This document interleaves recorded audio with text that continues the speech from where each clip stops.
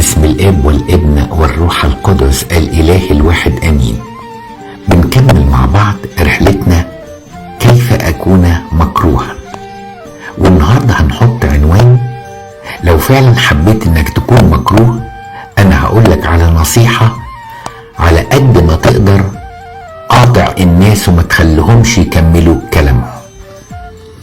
الحقيقة الخصلة دي او الطبع ده متعب قوي وبيجرح ناس كتير، ولو الطبع ده اتعرف عني ناس كتيرة هتزعل مني او هتبقى مش مرتاحة لوجودي في اي قعدة. انا عاوز احكي لكم حكاية حصلت معايا وانا اعتقد في اولى ثانوي مع خادم من خدام مدارس الاحد.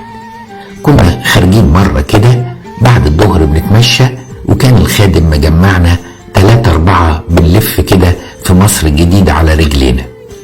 وبعدين واحد ابتدى يقول نكتة، فكله ابتدى يسمع، والنكتة دي انا كنت عارفها وحاسس انها نكتة مستهلكة قوي.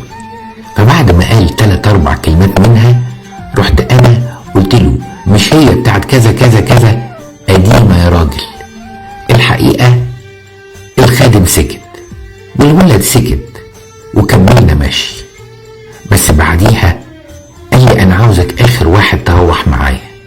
وصلنا ال3 على رجلينا، وبعدين الخادم ابتدى يعاتبني بمنتهى الرقة وقال لي انت لما انت قلت عن النكتة دي انها قديمة او مستهلكة ما حسيتش ايه اللي حصل؟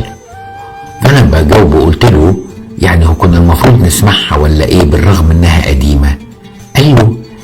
قال لي اولا ما كانش هيحصل حاجة لو كنت سمعتها، بس انت لما قلت كده جرحت اخوك اللي كان نفسه يقدم حاجة تضحكنا ويحس ان هو فرحنا.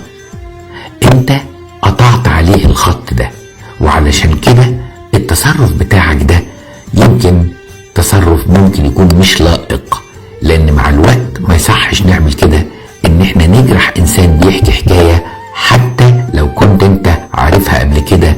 ما يجراش حاجة يا اخي انك تجامله وتقول دي نكتة لطيفة، حتى لو كنت سمعتها قبل كده فهي لازالت اللي بيسمعها اول مرة نكتة لطيفة. علشان كده انا عايزك تبقى واخد بالك من تعليقاتك وخدها نصيحة، ما تقاطعش الناس واسمعهم يحبوك اكتر، لان كل الناس عاوزة اللي يسمعها مش عايزة اللي يقاطعها. الحقيقة النصيحة دي فادتني قوي قوي، ومخبيش عليكم انها حتى بعد الكهنوت فادتني كتير. اقول لكم ايه؟ صباح الخير واشوفكم